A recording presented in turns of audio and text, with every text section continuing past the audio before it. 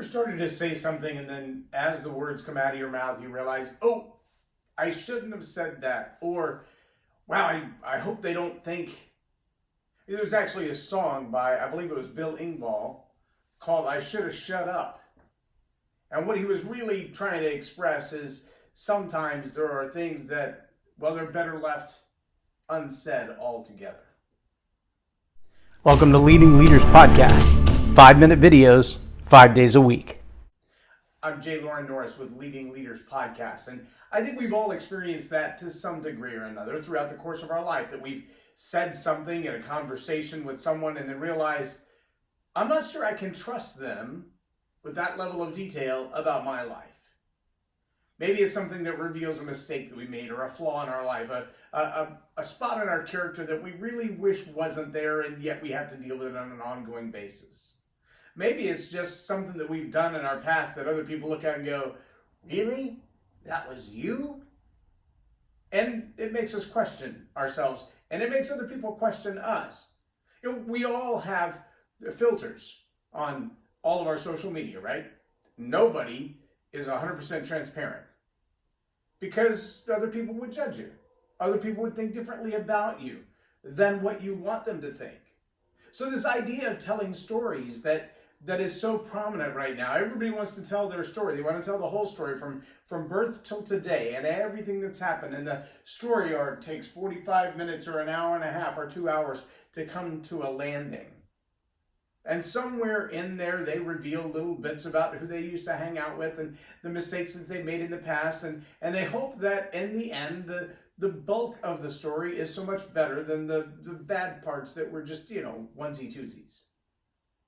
But then there are some who want to simply manage the story. And so in this long story arc, they only give you this sliver and this sliver and this sliver, because really what they're trying to do is persuade you to make a particular decision, to vote for them, to buy from them, to buy into their ideas, to buy into their vision, to come on board with their organization, to follow them, if you will.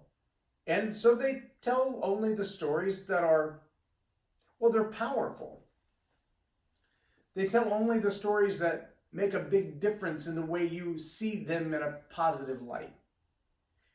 And managing the story, well, that's very important. What seems to get missed when your story is only a marketing tool is that the story you tell deep down inside your heart, the way that you talk about you when nobody else is around, the things you say to yourself inside your head, those parts of your story that you're concealing from everybody else because they have no marketing value.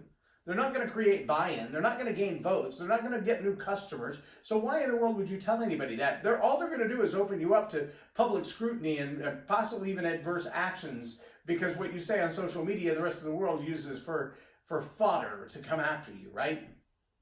So these secrets that you hide, the little stories that you're coping with every day, but you don't share those with anybody. You think those, because nobody knows about them, are harmless. Maybe there's stories about the past, people who have hurt you, people you have hurt. And you think, well, if I don't tell anybody, nobody will know. Truth is, your stories betray you, whether you intentionally bring them out into public or not.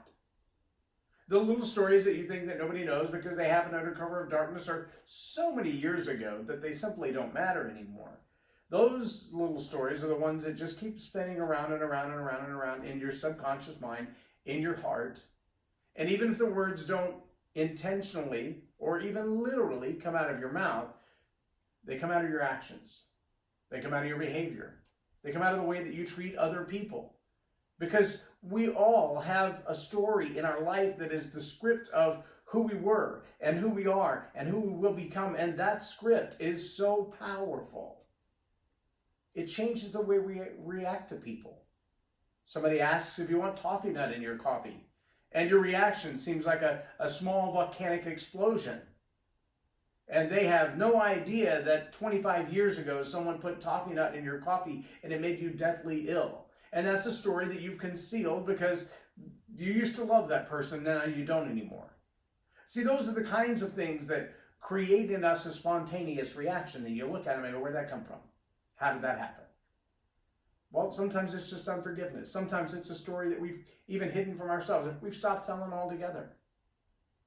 And sometimes that story comes up when we don't mean for it to, and it hurts other people. See, processing those stories, they may not be for public consumption. They may never be written in a book. They may never be told from a platform. They may never be shared on your social media. They may never show up in your marketing material. But if they're not processed, if they're not thought through, if you don't sit down and have a conversation with someone who can walk you through those stories and go, well, I can see how that could be an issue. Now let's deal with what happened then and where you are now and where you want to go next, and let's rewrite that story, because you are ultimately the editor-in-chief of every story in your life. You have the authority and the power to rewrite them, to erase them, to delete them, to forgive them completely, to move them out of your life. You're responsible for that. You got to do that. And sometimes you need some help. I've tagged 4 friends on the Facebook part of this. I'll go back and tag them on LinkedIn as well, that are professionals in the Dallas-Fort Worth area who are licensed, who are qualified, who are faith-based, who are very competent in this area of helping you walk through processing those stories. And I challenge you, if you're dealing with stories in your life that you start to, I better not say that. Let me say that another way. Part of that's a communication skill. Part of that is understanding you've got stories you're afraid to tell. Those are the ones you want to deal with. So I want to challenge you to master the story power in your own life.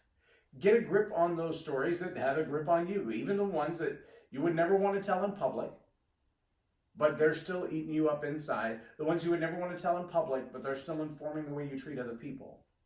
I want to challenge you to take some time and deal with those stories. Read them, write them, rewrite them, and move on. I'm Loren Norris with Leading Leaders Podcast for Tell It Like It Is TV. Subscribe now for our extensive video library of leadership lessons promoting faith, family, and freedom.